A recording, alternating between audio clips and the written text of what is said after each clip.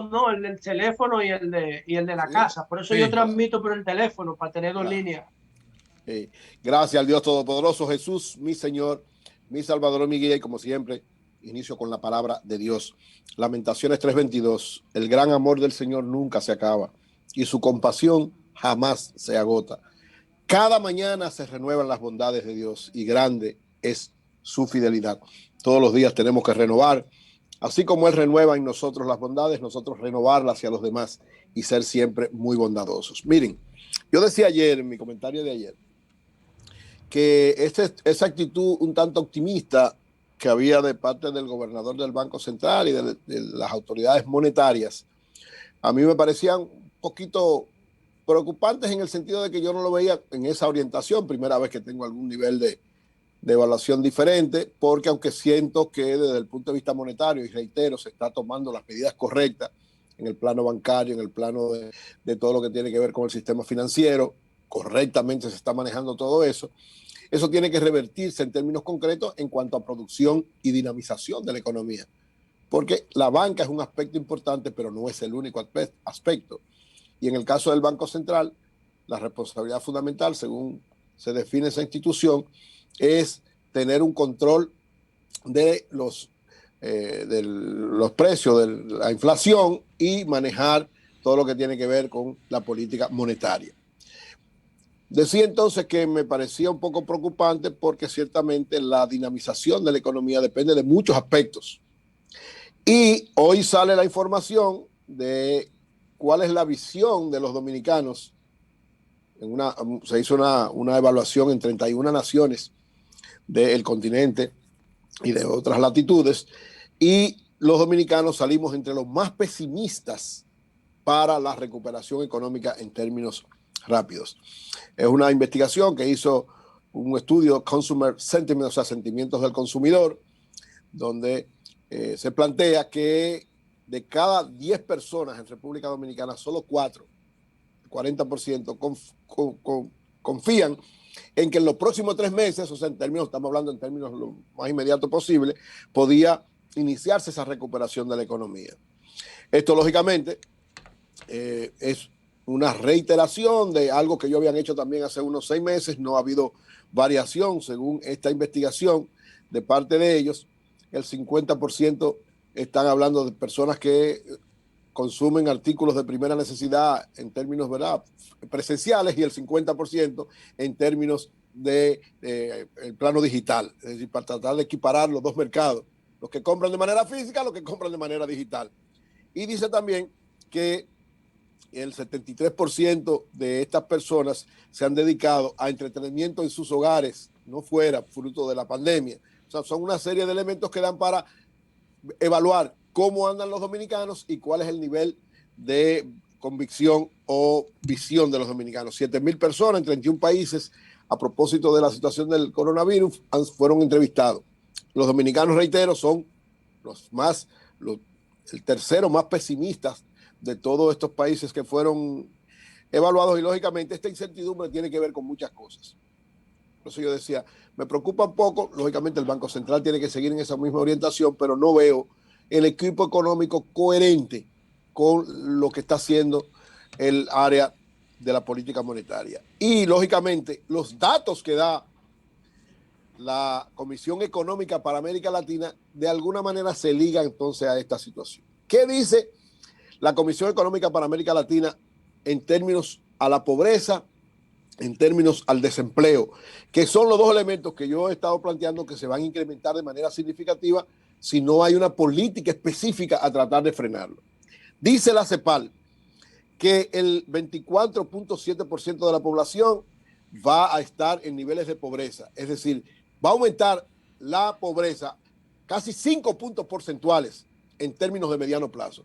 Recuérdense que las políticas sociales de Danilo llevaron a los niveles de pobreza a un 20% de la población dominicana. Lo bajó de un 39 a un 20, los niveles generales de pobreza. Dice que en términos de los 3, 4 meses, o sea, en términos de mediano plazo, la pobreza en la República Dominicana se va a incrementar en casi un 5%, 4.7%. Estamos hablando de un incremento bastante elevado.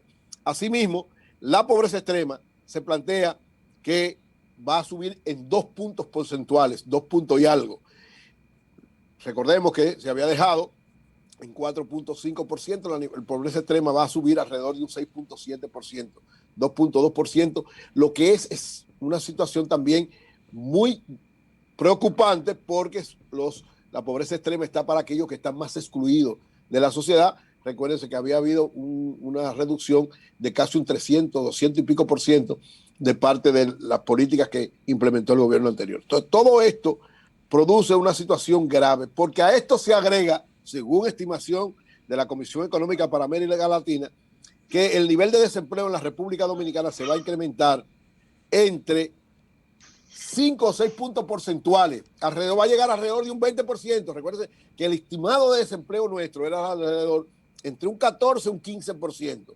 Ellos estiman que va a llegar alrededor de un 20%. Y esto es lógico verlo porque tenemos, fruto de la realidad económica que estamos viviendo por la pandemia, casi 1 millón de trabajadores que estaban o en niveles de desempleo, ya sacados de sus trabajos, o frisados, es decir, momentáneamente parados, esperando la discusión con el Ministerio de Trabajo, por lo que va a hacer con sus prestaciones, o de alguna manera no trabajando en nada ni teniendo ingresos.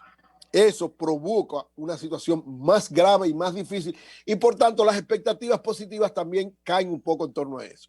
Y lo más grave de todo, desde mi punto de vista, unido a esas cifras que nos ponen en mucha preocupación, es la situación de las pymes que he estado planteando desde el principio de la pandemia. Mi gran preocupación ha sido desde el principio de la pandemia las pymes, porque si bien es muy cierto, lo he dicho varias veces, que las pymes son el elemento fundamental para la producción de riquezas y de empleo en cualquier economía del mundo, empezando por la norteamericana, que es la fundamental, y en la nuestra más todavía, porque más del 90%, casi el 97% de las empresas dominicanas son pymes, medianas, pequeñas o micro, solo el 3% son grandes empresas. Ese 97% es que más produce, que más genera riqueza y que más empleo produce. Entonces, el empleo, visto de esa forma, la no generación de riqueza que produce mucho más pobreza en la República Dominicana, los dos niveles que más producen pobreza en cualquier nación es falta de empleo y no creación de riquezas. Entonces, esos dos elementos se están ligando en medio de esta situación y de manera particular yo veo señales que no son buenas, sobre todo en cuanto a la política económica en sentido general. Lo primero fue un presupuesto, ustedes se acuerdan que fue un desastre, han tenido que echarlo para atrás, todavía no lo han echado, se está discutiendo en el Congreso, pero evidentemente se dieron cuenta que no actuaron de manera correcta quienes planificaron, quienes motivaron, quienes plantearon esa propuesta de presupuesto.